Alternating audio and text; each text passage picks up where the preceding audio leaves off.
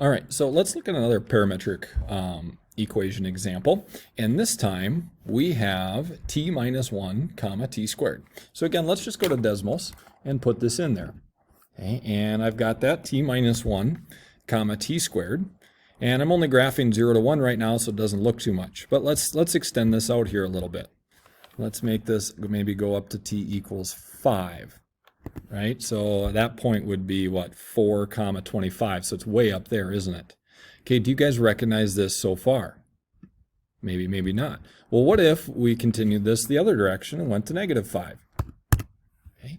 Now this is something that we should recognize. This is a parabola, isn't it?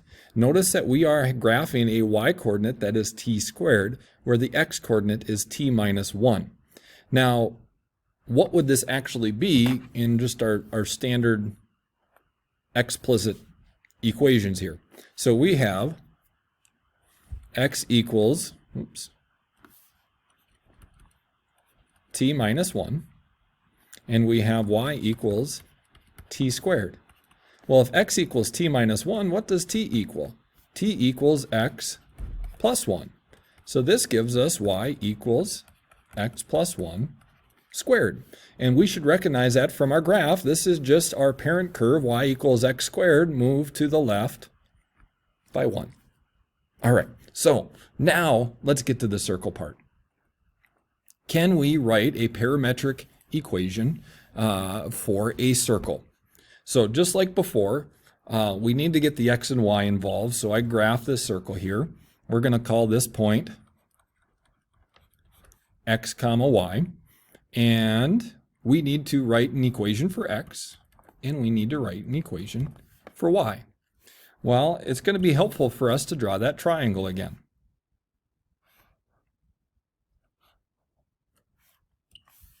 So we've got x, y there.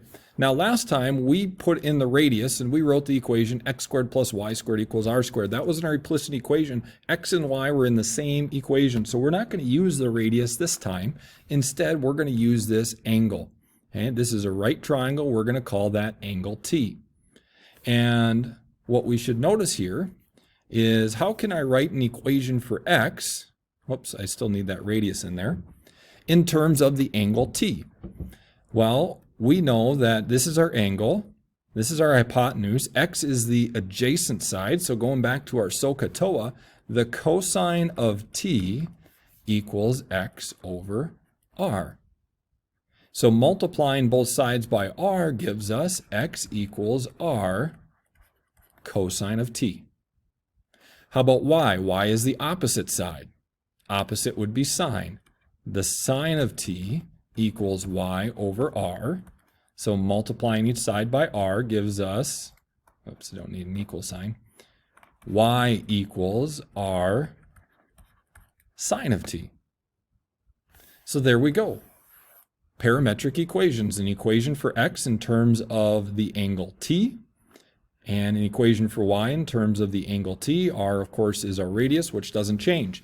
Now, is that still true over here? Now, I know this is college algebra, and we haven't gotten into the full rotating around the entire circle through the different quadrants. But that is true in the second and third and fourth quadrants, that we can continue that relationship. That's how it's defined to be. So we have the parametric form of the equation of a circle is r equals the cosine of t, comma, r equals the sine of t.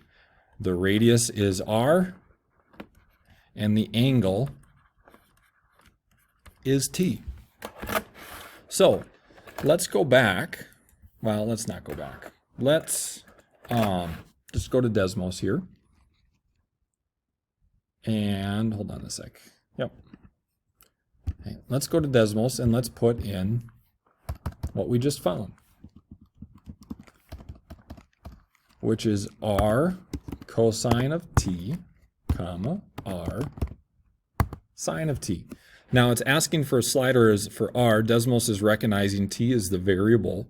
Okay, r is just a constant, so let's add a slider for r. Right now the radius is 1, and we can see that this just graphed a circle with radius 1, and as we increase the radius, there we go. Now I should make another note here, because I edited the other one. it left in the interval for t.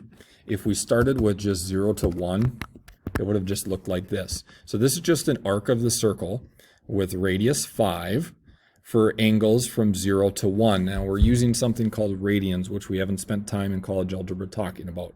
But what I'll tell you simply is that to go all the way around the circle would be 2 pi radians. So if I graph this from like 0 to just pi, that's going to be just the top half of the circle. If I just graphed it from 0 to pi over 2, it's just going to be this fourth of a circle. If I graph it from 0 to 2 pi, that is a full rotation of the circle. I'm not going to get into any more radians than that.